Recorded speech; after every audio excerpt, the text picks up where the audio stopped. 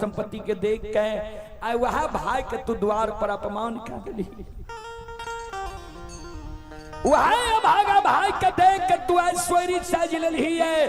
जाओ ये भागा भाई के देख के ऐश्वर्य साज ले जाओ। 12 वर्ष तक तू सोयरी साज नहीं रह जेबी।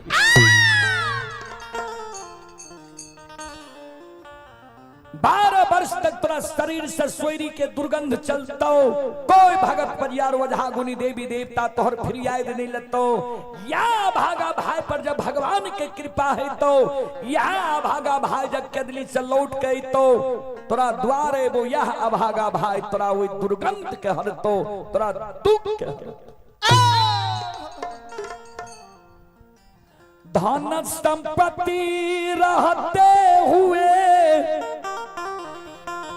12 वर्ष तोहर दिल कहतो जे धन संपत्ति रहते हुए हम नरक में छी।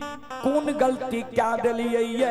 1-2 दिन नहीं, 1-2 मास नहीं, 1-2 बरस नहीं, 12 वर्ष तोरा गलती पर पछतावा है तो तोरा द्वार से हम जा रही। गनी के आसल ने टू घराल ज्योति बाबा बहिन के द्वार से केदली के बाट धैल कई।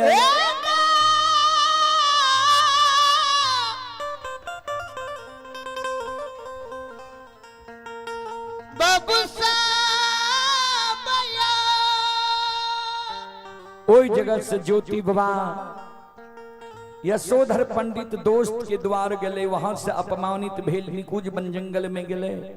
निकुंज बन जंगल में भूख प्यास के कारण प्राण त्यागे लागले। ज्योति बाबा राजा धर्मराज बाबा राजा चंद्रबली के द्वार के बाट धरा दिल के।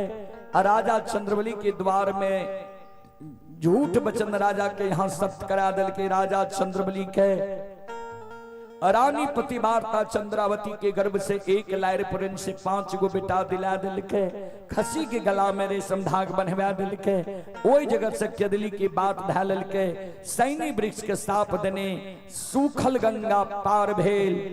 ज्योति बाबा केदली जंगल गए। बाबूजी संसार में सब चीज सुख के साथ ही दुख में कोई ककरो नहीं होती। सुख रहत 100 दोस्त 100 यार, दुख पड़ जात तो सब पाछा हट जाता। चलो एक बार हम सब श्रोता बंधु माँ बहन से आग्रह करबे। एक बार यहों सभा से ताली के सहारे मुखार बरिंद से एक बार यहों से भगवान के नाम ले लिया। भगवान के दरबार में हाजिरी लगा लिया। हम सब बानी के विराम देव। चलो दोनों हाथ से ताली बजावो। मुखार बरिंद से भगवान के नाम लिया। सब श्रोता बंधु माँ बहन बाबू भैया सब सीताराम सीताराम सीताराम कहिए। जाहि विधि राखे राम ताहि विधि रहिए। सीताराम सीताराम सीताराम कहिए। जाहि विधि राखे राम ताहि विधि रहिए। सीताराम सीताराम सीताराम कहिए। जाहि विधि राखे राम ताहि विधि रहिए।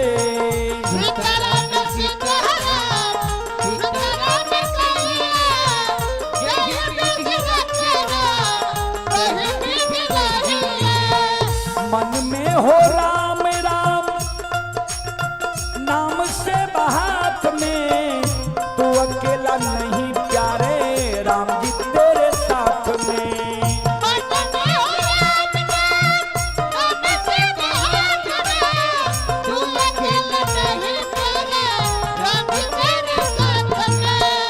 मन में हो राम राम नाम से बहात में तू अकेला नहीं प्यारे राम जी तेरे साथ में।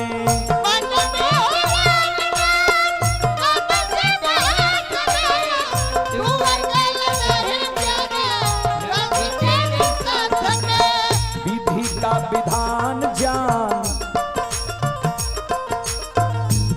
का विधान ज्ञान हानि लाभ सहिए जाहि विधि राखे राम ताहि विधि रहिए सीताराम सीताराम सीताराम कहिए जय विधि रखे राम ताहि विधि रहिए सीताराम सीताराम सीताराम कहिए जय विधि रखे राम ताहि विधि रहिए। आइए श्री रविंद्र प्रसाद यादव जी के पोती ही वंशिका कुमारी श्री रविंद्र प्रसाद यादव जी के पोती ही वंशिका कुमारी की ओर से श्रद्धा के साथ बड़ी उदार दिल से 101 रुपए की पुरस्कार आए हैं। श्रद्धालु को बहुत बहुत धन्यवाद, लाख लाख शुक्रिया, बहुत बहुत साधुवाद। और आप ही दिलखुश यादव जी की ओर से ऑनलाइन फोन पे के द्वारा शानदार 11 रुपए की पुरस्कार आए। श्रद्धालु को बहुत बहुत धन्यवाद, लाख लाख शुक्रिया, बहुत बहुत साधुवाद। जय हो दानी श्रद्धालु की जय हो, उनके समस्त परिवार की जय हो। और आप ही संत शिरोमणि त्रोदा बंधु माँ बहन बाबू भैया सब लालू कुमार यादव जी की ओर से 11 रुपए की पुरस्कार आए हैं। श्यामदेव तांती की ओर से भी 11 रुपए की पुरस्कार आए हैं। श्रद्धालु को बहुत बहुत धन्यवाद, लाख लाख शुक्रिया, बहुत बहुत साधुवाद। जय हो दानी श्रद्धालु की जय हो, जय हो दानी श्रद्धालु के समस्त परिवार की जय हो।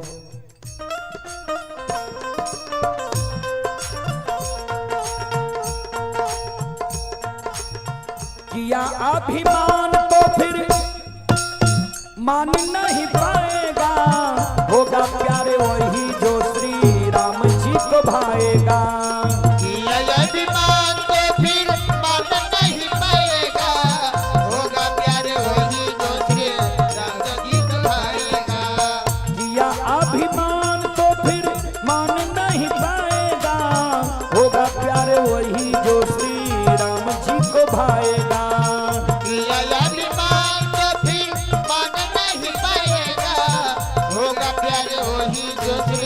राम जी को भाएगा। फल आशा त्याग शुभ सब श्रोता बंधु से आग्रह करबे, दोनों हाथ ऊपर करियो और यही मौका बार बार उन्हें मिले छे। फल आशा त्याग शुभ कर्म किया कीजिए, जाहि विधि राखे राम ताहि विधि रहिए। सीताराम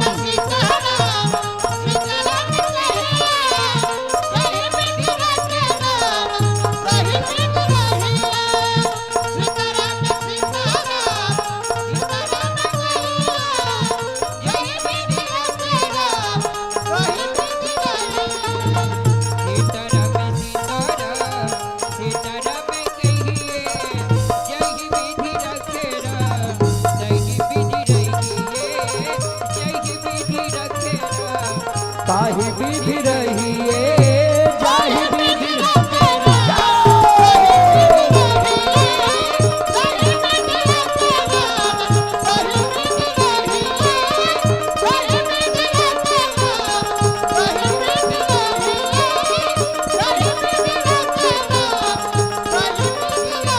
बोलो बोलो सच्चे दरबार की भक्ति और भगवान की, श्रीदाता धर्मराज की, महारुद्र बजरंगबली की, उमापति महादेव की, बाबा दिहवार की, संत बाबा कारुखिधारी की, यज्ञ कराने वाले की, उनके माता पिता की, उनके सदगुरुदेव महाराज की, उनके इष्ट देवी देवता की, उनके गैया भैया की, उनके संत समाज की।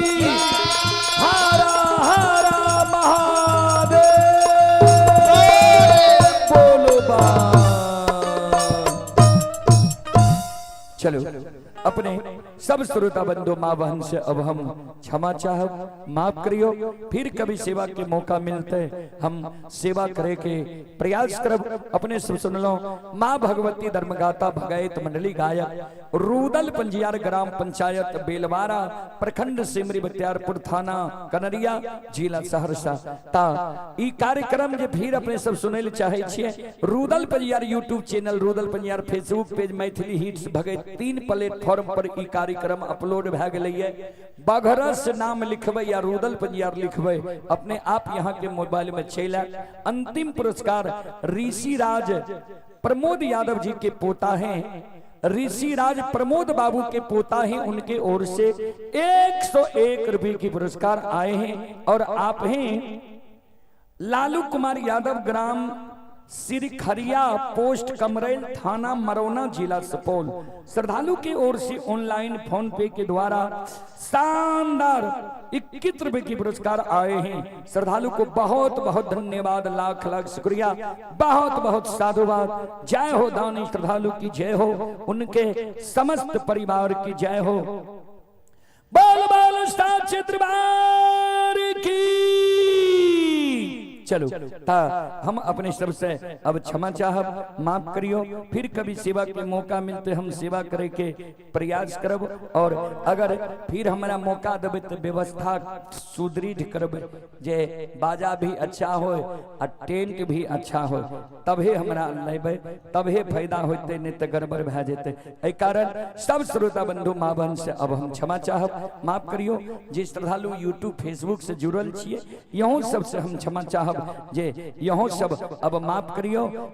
फिर रात में अपने सबके बीच हम जुड़ब ग्राम परसबन्नी, थाना बनमा, इटहरी, जिला सहरसा से। और कल के कार्यक्रम मंत्री विजेंद्र बाबू, आप तो उप मुख्यमंत्री जी भए गेलखिन है।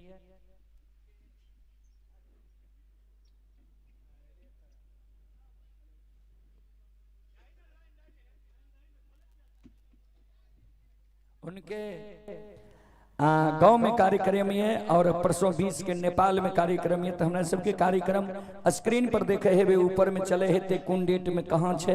ता अपने सबसे आग्रह करब, सेवा के मौका देबै, सेवा करे के प्रयास करब। जय बाबा धर्मराज, जय बाबा बजरंगबली, जय हिंद, जय भारत, जय संत, जय समाज। और अंतिम पुरस्कार ये छोटी बच्ची हैं आरोही कुमारी प्रकाश बाबू, उनकी ओर से 101 रुपए की पुरस्कार आए हैं। श्रद्धालु को बहुत बहुत धन्यवाद, बहुत बहुत साधुवाद। जय हो दानी श्रद्धालु की जय हो, उनके समस्त परिवार की जय हो। बोल बोल साच